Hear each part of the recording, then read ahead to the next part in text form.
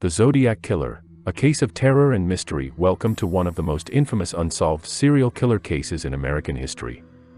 The Zodiac Killer terrorized the San Francisco Bay Area in the late 1960s and early 1970s, leaving a trail of bloodshed and cryptic clues that have baffled investigators for decades. Tonight, we'll delve into the chilling story of the Zodiac Killer, exploring the crimes, the investigation, and the suspects. Get ready for a journey into the dark mind of a serial killer. On December 20, 1968, David Faraday and Betty Lou Jensen, two high school students, were shot and killed while parked on a remote lover's lane in Vallejo, California. The killer approached their car, shooting them at close range. 6 months later, on July 4, 1969, Michael Mageau and Darlene Ferrin were shot and wounded at a parking lot in Vallejo.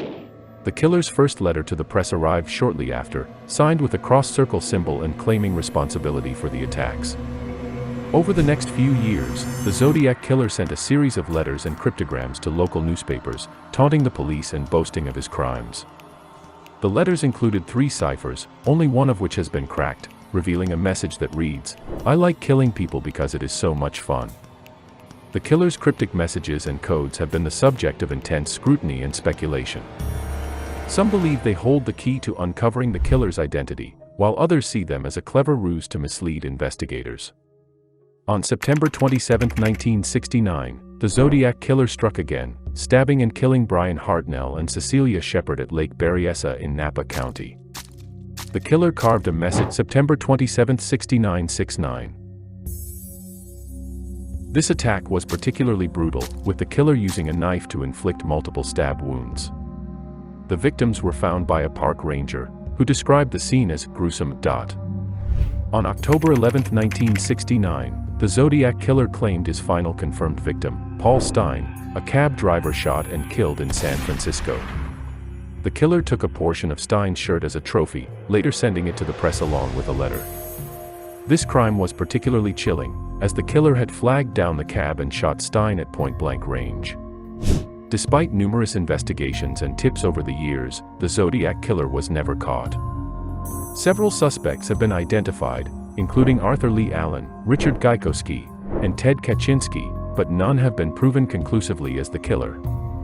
The case remains open, with many still hoping for justice and answers. Investigators have explored various theories, from a lone wolf killer to a possible cult involvement. The Zodiac Killer's ciphers and codes have been the subject of much debate and speculation. Some believe they hold the key to uncovering the killer's identity, while others see them as a clever ruse to mislead investigators. The 340-character cipher, in particular, has been the focus of much attention, with many attempting to crack the code. The Zodiac Killer's reign of terror may have ended decades ago, but the impact on the victims' families and the community remains. The case has also had a lasting impact on the world of true crime and serial killer investigations. The Zodiac Killer's cryptic messages and codes have become legendary.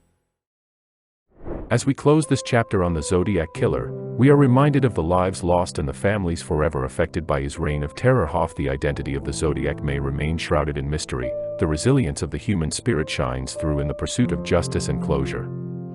May we never forget the victims, and may their memories serve as a reminder to cherish every moment and to stand united against evil.